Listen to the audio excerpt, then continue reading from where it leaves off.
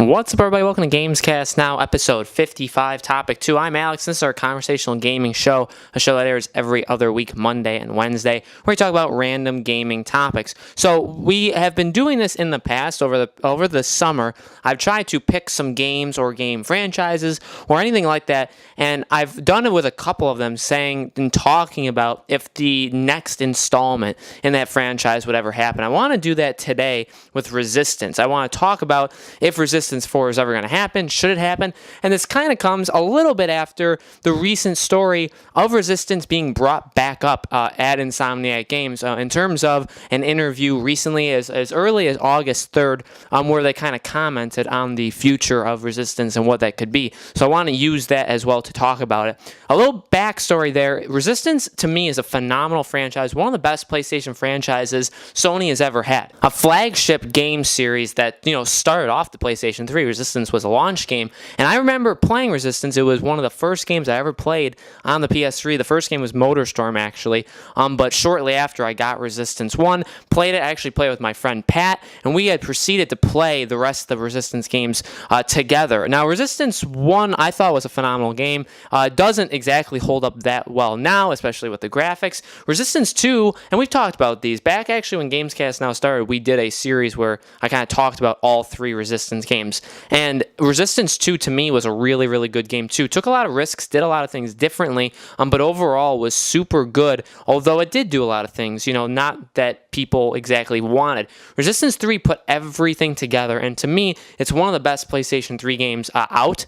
I played online, I played multiplayer on the game so much. I truly love this franchise. I think it's one of the best PlayStation franchises they've ever had. And I think a fourth game could happen.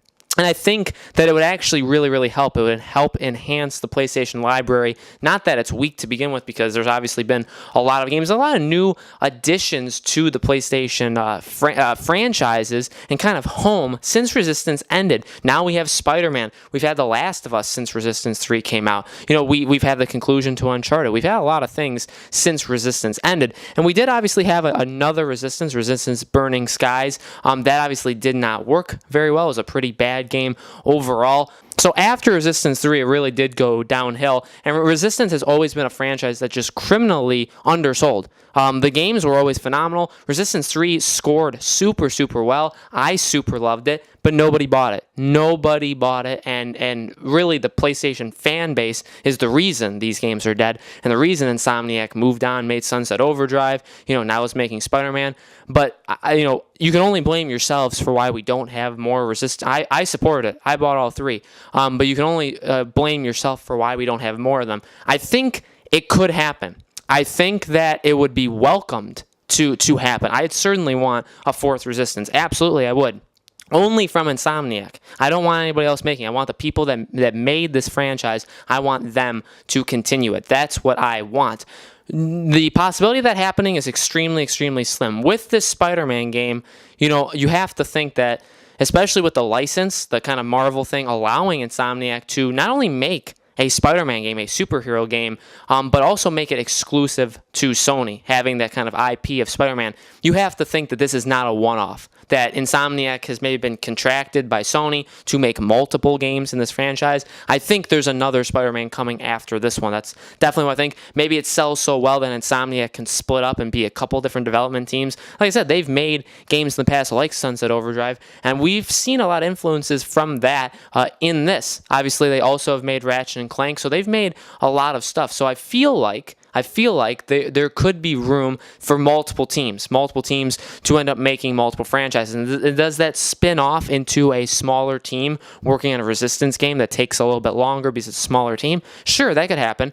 But I think that the majority of Insomniac, or the entirety of Insomniac, is going to be making another Spider-Man game once this game comes out. I'd expect another Spider-Man game out in like 3 years. That's truly what I believe. I think that they'll set it up for a sequel, and I absolutely think we'll get a second game. I feel like this is part of a trilogy that could also maybe be working towards something greater, something more. So I don't think Resistance is in the cards going forward from them for the next quite while.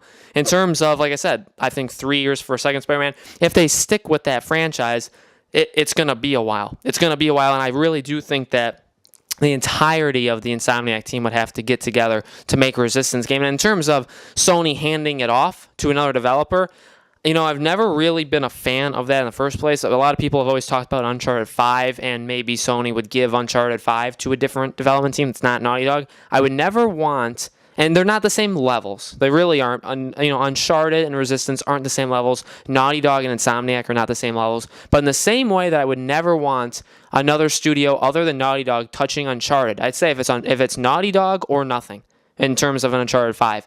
And I'd say the exact same thing for Resistance. It's either Insomniac or nothing. And I'm a big stickler for that for really any franchise. God of War, I would never want anybody other than Santa Monica making. Games like the games from Quantic Dream, they don't really have sequels to them. But any game that's part of a sequel, even a game that's like a one-off, like an Until Dawn, I would never want Until Dawn 2 being made by anybody other than Supermassive Games. That's just how I am. Bloodborne, Metal Gear, I would never really want another Metal Gear unless Hideo Kojima was part of it. I'm just like that. So I wouldn't want them to pass the torch off to a different studio. I'm not really a big fan of that. I'm a fan of continuing franchises for sure and seeing the best way you can actually continue a franchise, but I also want the right people involved in it. And when it comes to games, I just feel like I'd want the people that start it, the people that know it the best. I want them to be in control of it. So, the question is, should Resistance 4 happen? I think it could.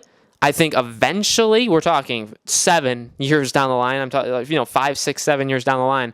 I feel like it can happen. But is it going to happen anytime soon? I really, really don't think so. I doubt that's going to happen at all. And so, that's just my thoughts. But let me know in the comments below. It's a kind of weirder topic, but I truly love the Resistance games. Some of my favorite games, literally, of all time. They really, really are amazing games to me. But let me know about what you guys think. Make sure to subscribe to our YouTube channel podcast. Now, these Gamescast topics go out every other week, Monday and Wednesday. So in 2 weeks, we'll have a brand new episode for you. We hope to see you guys there.